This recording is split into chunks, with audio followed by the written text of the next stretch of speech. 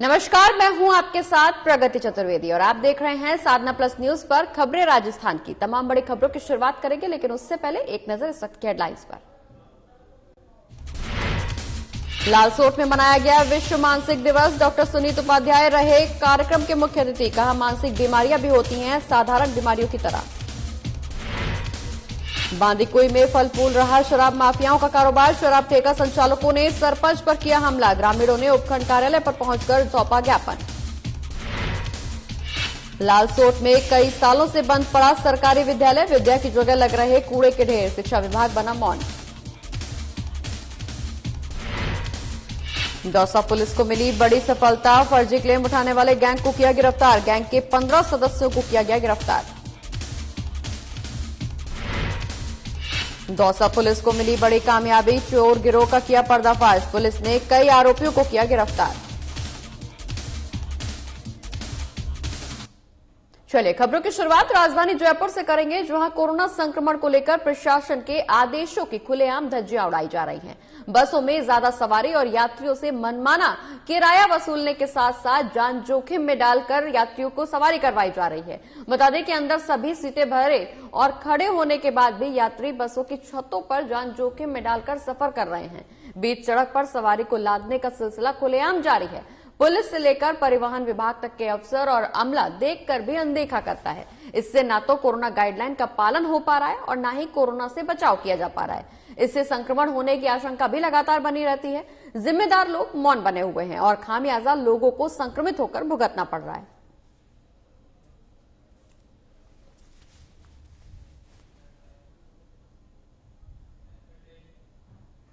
लालसोट में राजस्थान भारत स्काउट और गाइड स्थानीय संघ के तत्वाधान में विश्व मानसिक दिवस आनंद हॉस्पिटल प्रांगण में मनाया गया।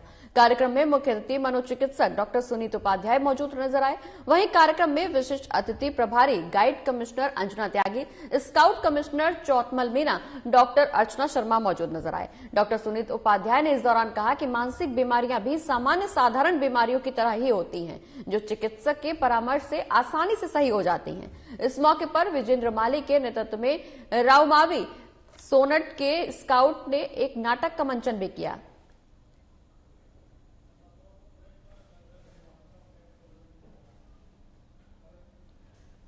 तो मानसिक बीमारियों को लेकर यहां पे बातचीत की गई है। इस दौरान डॉक्टर सुनीत उपाध्याय कार्यक्रम में मुख्य अतिथि के रूप में शिरकत करने पहुंचे हैं, जहां उनका कहना कि मानसिक बीमारियां भी सामान्य बीमारियों की तरह ही होती हैं। डॉक्टर से अगर समय पर परामर्श लिया जाए, उचित परामर्श डॉक्टर के द्वारा अगर दिया जाए तो समय रहते ही इन बीमारियों का निदान किया जा सकता है। बता दें कि कार्यक्रम में मुख्य अतिथि मनोचिकित्सक डॉक्टर सुनीत उपाध्याय शिरकत करने पहुंचे थे, जहां उन्होंने लोगों के बीच मानसिक बीमारियों को लेकर चर्चा की। इस दौरान उन्होंने ये भी बताया कि मानसिक बीमारियों का समय रहते अगर इलाज कराया जाए तो ये भी सामान्य बीमारियों की तरह ही होती हैं और जल्द ही इनसे भी निजात पाई जा सकती है। पर निर्भर करता है कुछ हद तक, पर मानसिक तनाव यानी कि डिप्रेशन के ज्यादातर केस आंतरिक कारण होते हैं। बहुत सारे लोग सोचते हैं डिप्रेशन होने के लिए कोई चिंता होना जरूरी है, जबकि ये एक भ्रांति है। ज्यादातर डिप्रेशन के मरीजों में कोई बाहरी तनाव नहीं होता है, ये दिमाग में सेरोटोनिन नामक केमिकल की कमी के कारण होता है। बहुत सारे लोगों को उनके घर वाले बताते हैं, भैया तेरे को किस बात का डिप्रेशन है, कोई चिंता नहीं है, ना कोई पैसे की कमी है, ना कोई और प्रॉब्लम है। उनको ये समझने की जरूरत है, यदि किसी में डिप्रेशन है तो सेरोटोनिन केमिकल इम्बैलेंस के कारण है। उसको सेरोटोनिन को लेवल को बढ़ाने की दवा दी जाएगी तो डिप्रेशन बिल्कुल ठीक हो सकता है। यद्यपि मैं सर मेडिकल की बैकग्राउंड से ही हुई, मेरे फादर होम्योपैथी के डॉक्टर ही थे और मानसिक रोगों पर और चर्म रोग विषय के विशेषज्ञ थे। लेकिन कई बार आपको आज मुझे बताते हुए इसमें कोई संदेह नहीं हो रहा है कि उनके जीवन का भी एक रहस्य ऐसा रहा कि उससे भी हम अनसुलझा ही रहा। बढ़ते आगे राजस्थान में, जहां शराब माफियाओं का कारोबार दिन रात फल फूल रहा है, जिससे आम जनता परेशान है, जिसके चलते असामाजिक तत्व रोजाना समाज में कुरीतियां पैदा करते हैं, आम जन को परेशान करते हुए भी नजर आ रहे हैं। मामला बांदीकुई उपखंड के बिवाई गांव का है, जहां शराब ठेका संचालकों ने सरपंच सहित एक व्यक्ति पर हमला किया है, जिससे नाराज ग्रामीणों ने बांदीकुई उपखंड कार्यालय पहुंचकर ज्ञापन भी सौंपा है और प्रशासन को चेतावनी दी है कि 2 दिन में गांव से ठेके को हटाकर किसी और जगह पर स्थानांतरण नहीं किया गया तो गांव के ग्रामीण अपने स्तर पर ही कोई फैसला लेंगे, जिसकी जिम्मेदारी पूरी तरह से प्रशासन की होगी। तो राजस्थान में तेजी से शराब माफियाओं का कारोबार फल फूल रहा है। हालांकि अधिकारी इस पूरे मामले पर मौन नजर आ रहे हैं। वहीं गांव वालों के बीच नाराजगी भी देखने को मिल रही है। बता दें कि गांव वाले उपखंड कार्यालय पहुंचे हैं, जहां उन्होंने ज्ञापन सौंपा है। साथ ही ये चेतावनी भी दी है कि अगर समय रहते गांव से शराब के ठेके को नहीं हटाया गया, इसे कहीं और जगह पर स्थानांतरण इसका नहीं किया गया, तो आने वाले समय में वो कोई फैसला खुद ही लेने के लिए बाध्य होंगे, जिसकी जिम्मेदारी प्रशासन की होगी। बांदीकुई का ये पूरा मामला, जहां गांव में शराब का ठेका संचालन होने से गांव वालों के बीच नाराजगी देखने को मिल रही है। इसी के चलते गांव वालों ने विरोध भी जताया है, उपखंड कार्यालय पहुंचे हैं और ज्ञापन सौंपकर प्रशासन से ठेके के स्थानांतरण की मांग भी की है। इस दौरान गांव वालों ने प्रशासन को चेतावनी भी दी है कि 2 दिन में गांव से ठेके को हटाकर किसी और जगह पर स्थानांतरण करें।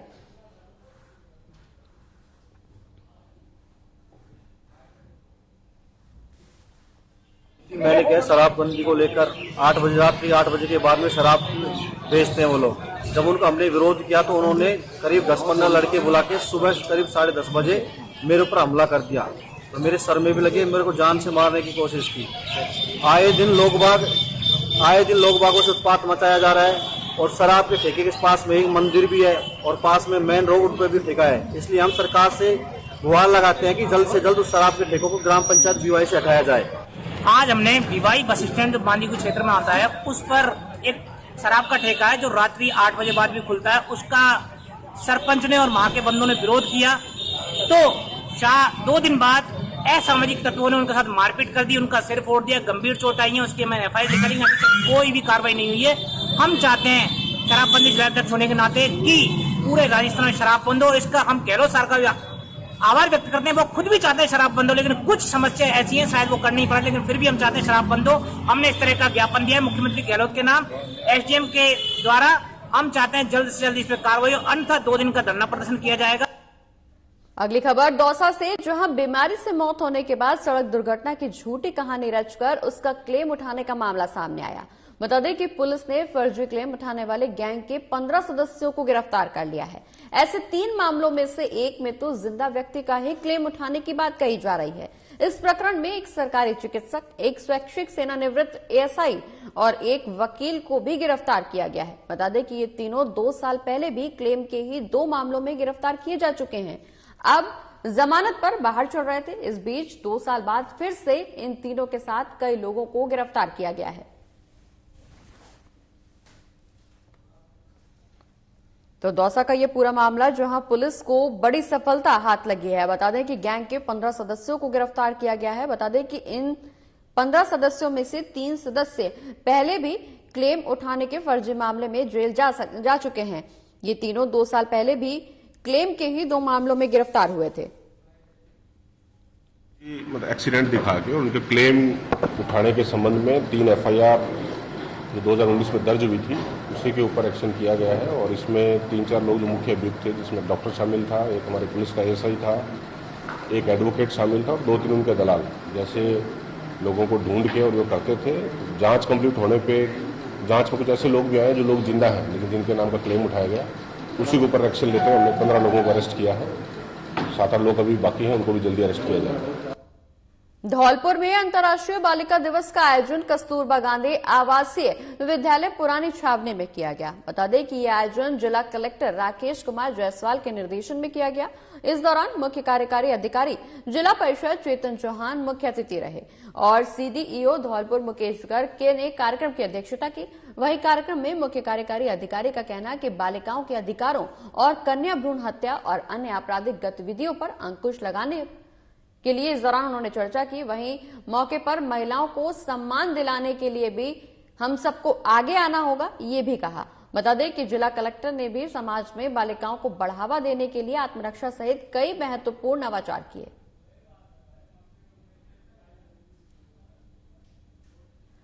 तो अंतर्राष्ट्रीय बालिका दिवस पर कार्यक्रम का आयोजन जगह जगह किया गया था। धौलपुर की तस्वीर, जहां बालिकाओं को सशक्त बनाने के लिए, आत्मनिर्भर बनाने के लिए तमाम विचार साझा किए गए।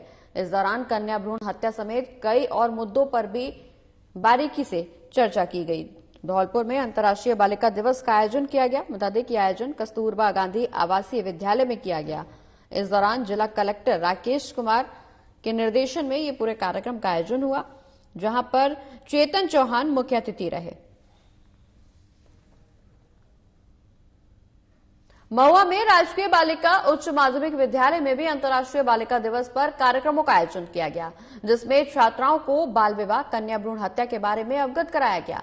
बता दें कि इस दौरान पैरालीगल वॉलंटियर कन्हैया लाल शर्मा ने बताया कि भारत सरकार ने भी बालिकाओं को सशक्त बनाने के लिए काफी महत्वपूर्ण योजनाओं को लागू किया है, जिसके तहत बेटी बचाओ और बेटी बचाओ एक उल्लेखनीय योजना है। इसके अलावा केंद्र और राज्य सरकार भी अन्य महत्वपूर्ण योजनाएं शुरू कर रही है। बता दें कि अंतर्राष्ट्रीय बालिका दिवस मनाने का उद्देश्य बालिकाओं को जागरूक करना है।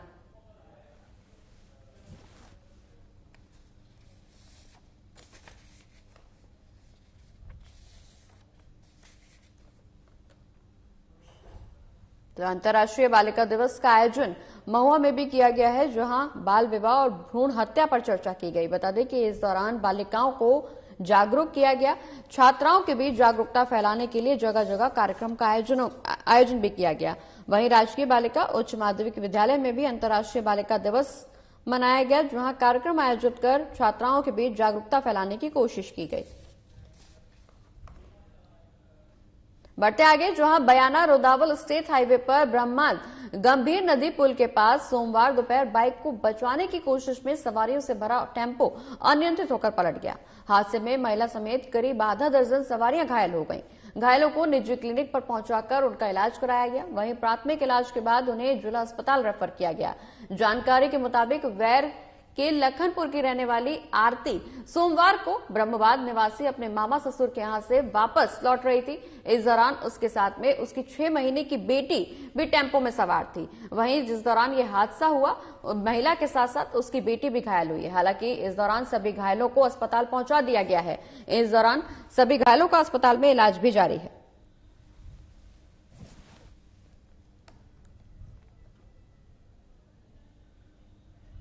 शिक्षा को जहां बढ़ावा देने के लिए सरकार जगह दे रही है, वहीं सरकारी विद्यालयों को क्रमोन्नत भी किया जा रहा है। सरकारी विद्यालयों को इंग्लिश मीडियम में तब्दील किया जा रहा है।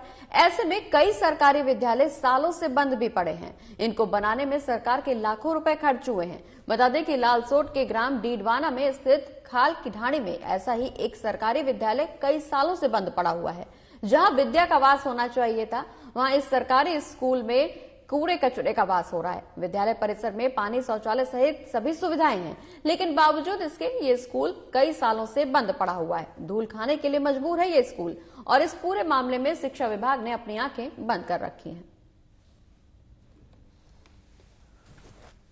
तो कूड़े कचरे का ढेर बन गया है सरकारी स्कूल, और शिक्षा विभाग इस पूरे मामले में मौन नजर आ रहा है। बता दें कि जहां सरकारी स्कूलों को प्राथमिकता देने के लिए सरकार तमाम कोशिशें कर रही है। सरकारी स्कूलों में बच्चों को के पठन पाठन के लिए, बच्चों की शिक्षा व्यवस्था को सुचारू करने के लिए सरकार तमाम पहल कर रही है, तमाम योजनाएं लेकर आ रही है। ऐसे में ये स्कूल की तस्वीरें जो निकल करके सामने आई हैं, जो सरकारी स्कूल कूड़े कचरे का ढेर बना हुआ है, वो कहीं ना कहीं सरकारी योजनाओं पर पलीता लगाते हुए नजर आ रही है। शिक्षा विभाग हालांकि इस पूरे मामले में मौन नजर आ रहा है। लालसोट का ये पूरा मामला, जहां सरकारी विद्यालय कई सालों से बंद पड़ा हुआ है, और अब आलम यह है कि यहाँ के दरवाजे जंग खा रहे हैं, कूड़े कचरे का ढेर बन गया है ये प्राथमिक विद्यालय। लेकिन शिक्षा विभाग इस पूरे मामले में मौन नजर आ रहा है। बता दें कि इस विद्यालय में तमाम सुविधाएं बच्चों के लिए मुहैया कराई गई हैं, लेकिन सालों से ये स्कूल बंद पड़ा है, जिसकी वजह से यहाँ पे अब कूड़े कचरे का ढेर लगना शुरू हो गया है। वहीं शिक्षा के लिए बच्चे यहाँ नहीं पहुंच पा रहे हैं।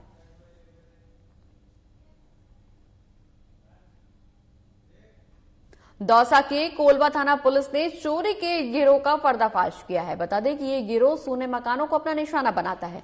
पिछले दिनों दौसा जिले के कोलवा थाना क्षेत्र के डिगारिया गांव में चोरों ने एक सूने मकान को दिन दहाड़े निशाना बनाया और करीब 4.5 लाख के जेवरात पर अपना हाथ साफ किया। घटना के समय पीड़ित परिवार खेतों में किसानी करने गया था। जब वापस परिवार घर पहुंचा तो सामान बिखरा हुआ पाया, जिसके बाद कोलवा थाने में मुकदमा दर्ज हुआ। पुलिस ने इस मामले में रिंकू मीणा और नीरज मीणा नामक 2 आरोपियों को गिरफ्तार किया है। वहीं कोलवा थानाधिकारी रविंद्र चौधरी ने बताया कि आरोपियों से पूछताछ की जा रही है, जिससे चोरी के अन्य वारदातों का भी खुलासा हो सके।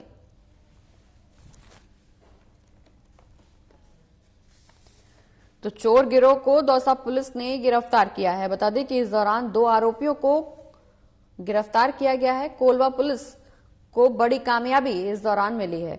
ये आरोपी दरअसल खाली पड़े मकानों को अपना निशाना बनाते थे। वहीं इस दौरान इन्होंने एक बार फिर से वारदात को अंजाम देने की कोशिश की, हालांकि इस बार पुलिस के हत्थे चढ़ गए।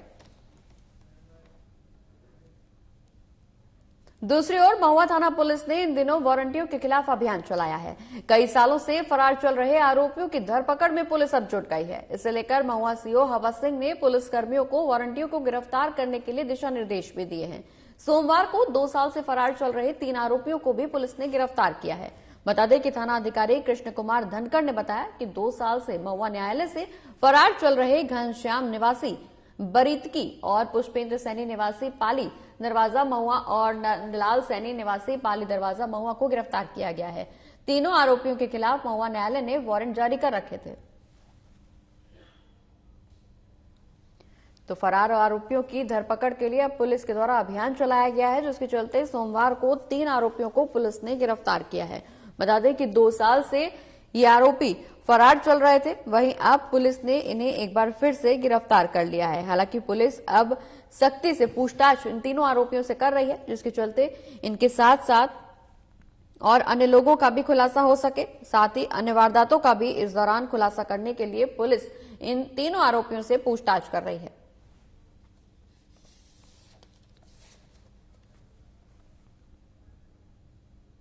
बढ़ते आगे, जहां तारानगर कस्बे के सीएचसी में इन दिनों मौसमी बीमारियों के बढ़ते प्रकोप के चलते दिन भर रोगियों की भीड़ लगी रहती है। अस्पताल के वार्डों में रोगियों से बेड अटे रहते हैं, जहां पूरे दिन डेंगू, मलेरिया सहित मौसमी बीमारियों के रोगी भर्ती रहकर इलाज करवाते हैं। अस्पताल में मरीजों की संख्या के बढ़ने के साथ साथ व्यवस्थाओं की पोल भी अब खुलने लगी है, जिनमें अस्पताल के वार्ड में से एक बेड पर 2-2 रोगी उपचाराधीन हैं, जहां पर 2 मरीजों को एक बेड पर लेटाकर ग्लूकोज चढ़ाया जा रहा है। वहीं डेंगू की जांच लिखने के बाद भी रोगियों और उनके परिजनों को करीब 1 से 1.5 घंटे तक का इंतजार करना पड़ता है। बता दें कि जांच सैंपल के लिए अस्पताल में सिर्फ एक ही काउंटर बनाया गया है, जिसके चलते लोगों को खासी परेशानियां उठानी पड़ती हैं।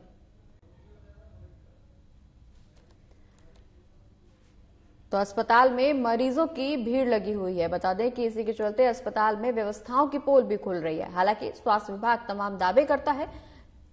पिछले कई दिनों से काफी समय से कोरोना के चलते जहां अस्पतालों में मरीजों की भीड़ लगी हुई है, वहीं अब मौसमी बीमारियों के बढ़ते प्रकोप के चलते एक बार फिर से मरीजों की संख्या अस्पताल में बढ़ने लगी है। ऐसे में अस्पताल के व्यवस्थाओं की पोल भी खुलती हुई नजर आ रही है। तारानगर का ये पूरा मामला, जहां एक ही बेड पर 2-2 मरीजों का इलाज किया जा रहा है, वहीं जांच सैंपल के लिए सिर्फ एक ही काउंटर बनाया गया है, जिसके चलते मरीजों और उनके परिजनों को भी खासी परेशानियों का सामना करना पड़ रहा है। बता दें कि इस दौरान अस्पताल में मरीजों की संख्या लगातार बढ़ती हुई नजर आ रही है। हालांकि अस्पताल प्रशासन एक बेड पर 2-2 मरीजों को लिटाकर उनका इलाज करने के लिए मजबूर है। वहीं स्वास्थ्य विभाग के तमाम दावों की पोल खुलती हुई भी नजर आ रही है। मौसमी बीमारियों का प्रकोप भी तेजी से बढ़ता हुआ नजर आ रहा है। मरीजों की संख्या अस्पताल में लगातार बढ़ती जा रही है। अस्पताल परिसर में एक ही काउंटर जांच सैंपल के लिए बनाया गया है, जिसके चलते मरीजों और उनके परिजनों को भी खासी परेशानियों का सामना करना पड़ रहा है। दिनों में आउटडोर की संख्या है वो डबल से भी ज्यादा हो गई है। आज का और परसों का, कल संडे था, संडे का तो नहीं बता सकते, आज का कल परसों का आउटडोर है वो 500 के आसपास था। कल संडे पूरे दिन व्यस्तता थी। मौसमी बीमारियां ज्यादा है, डेंगू के भी पेशेंट खूब आ रहे हैं और पेशेंट इस तरह के वायरल के हैं जिनमें प्लेटलेट और जो सफेद रक्त कणिकाएं हैं उनकी मात्रा है जो बहुत ही नीचे तक जा रही है। इस वजह से पेशेंट भयभीत भी हो रहे हैं, सीरियसनेस भी आ रही है, लेकिन ज्यादा डरने की जरूरत नहीं है। इसमें उचित समय पे उचित तरीके का इलाज लेंगे तो संभवतः सब पेशेंट को राहत मिलेगी। अस्पताल में उचित व्यवस्थाएं हमने दे रखी है। बढ़ते आगे, जहां लालसोट उपखंड मुख्यालय में गौरव पथ की हालत इन दिनों खस्ता हाल है। ये गौरव पथ बीते कई महीनों से जर्जर स्थिति में है और ये सड़क मार्ग पूरी तरह से टूटा हुआ है, जिससे लोगों को आवागमन में भारी परेशानियों का सामना करना पड़ता है। बता दें कि इस सड़क मार्ग से खटवा, देवली, खेडली, मिर्जापुरा, लालपुरा सहित कई पंचायतें जुड़ी हुई हैं। गौरव पथ मार्ग से कस्बे के कई शहरी वार्ड भी जुड़े हुए हैं, जिनमें वार्ड नंबर 7, 8, 9 और 17, 18, 19 सहित कई वार्ड शामिल हैं। ये गौरव पथ कोली कोठी से खटवा रोड पंचायत समिति को भी जोड़ता है। इस मार्ग से दिन भर हजारों लोगों का आवागमन होता है।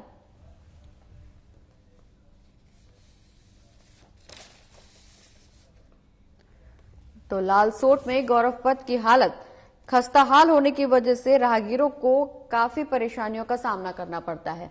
वहीं ये रास्ता खराब होने की वजह से दुर्घटनाओं की आशंका भी दिन पर दिन बढ़ती जा रही है। हालांकि इस पूरे मामले में प्रशासन को कई बार अवगत कराया जा चुका है, लेकिन बावजूद इसके प्रशासन इस पूरे मामले में मौन नजर आ रहा है।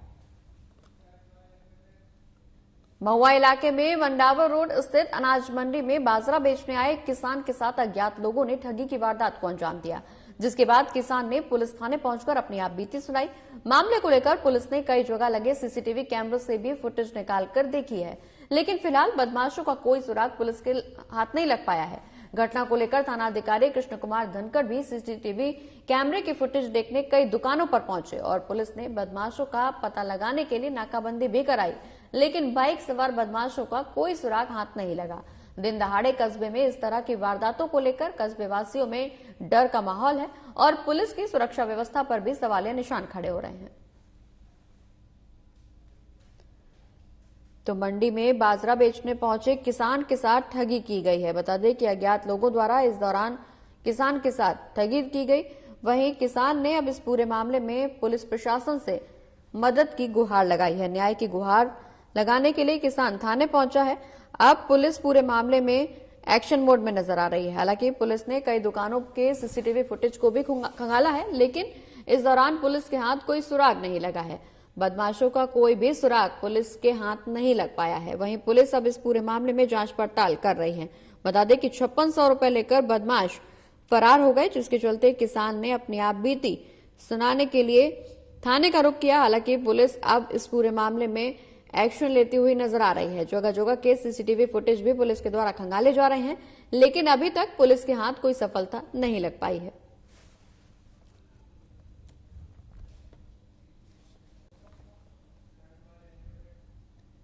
बढ़ते आगे, जहां प्रसिद्ध आस्था धाम में मेहंदीपुर बालाजी मंदिर ट्रस्ट ने 13 से 17 अक्टूबर तक मंदिर में आम श्रद्धालुओं के प्रवेश पर दर्शनों पर रोक लगा दी है। दशहरे के पर्व पर बालाजी मंदिर में ज्यादा भीड़ जुटने की आशंका के चलते ये फैसला लिया गया। कोरोना गाइडलाइन के तहत मंदिर प्रबंधन ने बैठक कर श्रद्धालुओं की सुरक्षा को सर्वोपरि रखते हुए जनहित में ये फैसला लिया है। बता दें कि मेहंदीपुर बालाजी मंदिर में दर्शनों पर रोक के दौरान बालाजी महाराज का नियमित भोग प्रसाद जारी रहेगा। तो बालाजी मंदिर ट्रस्ट ने श्रद्धालुओं की सुरक्षा को ध्यान में रखते हुए ये बड़ा फैसला लिया है, जहां 13 अक्टूबर से 17 अक्टूबर तक मंदिर में भक्तों के प्रवेश पर रोक लगाई गई है। भक्त अब मंदिर जाकर दर्शन पूजन नहीं कर पाएंगे। बालाजी मंदिर ट्रस्ट ने श्रद्धालुओं की आस्था को ध्यान में रखते हुए हालांकि पहले मंदिर में दर्शन सुचारू किए थे, लेकिन अब दशहरे के पर्व पर श्रद्धालुओं की भीड़ ज्यादा होने की आशंका के चलते ये बड़ा फैसला श्रद्धालुओं की सुरक्षा को देखते हुए लिया गया है, जहां 13 अक्टूबर से 17 अक्टूबर तक श्रद्धालुओं के प्रवेश पर रोक लगा दी गई है। दशहरे पर भीड़ जुटने की आशंका को देखते हुए ये फैसला बालाजी मंदिर ट्रस्ट की तरफ से लिया गया। बता दें कि इस दौरान कोरोना गाइडलाइन का पालन करते हुए मेहंदीपुर बालाजी मंदिर में भक्त दर्शन कर सकते थे, लेकिन अब 13 अक्टूबर से 17 अक्टूबर तक श्रद्धालुओं के दर्शन पर रोक लगा दी गई है। श्रद्धालु अब मंदिर में प्रवेश नहीं कर सकेंगे। इस दौरान बालाजी मंदिर ट्रस्ट ने यह बड़ा फैसला लिया है, जहां श्रद्धालुओं के प्रवेश पर रोक लगाई गई है। बता दें कि दशहरे के पर्व पर बालाजी मंदिर ने ज्यादा भीड़ जुटने की आशंका के चलते ये बड़ा फैसला लिया है।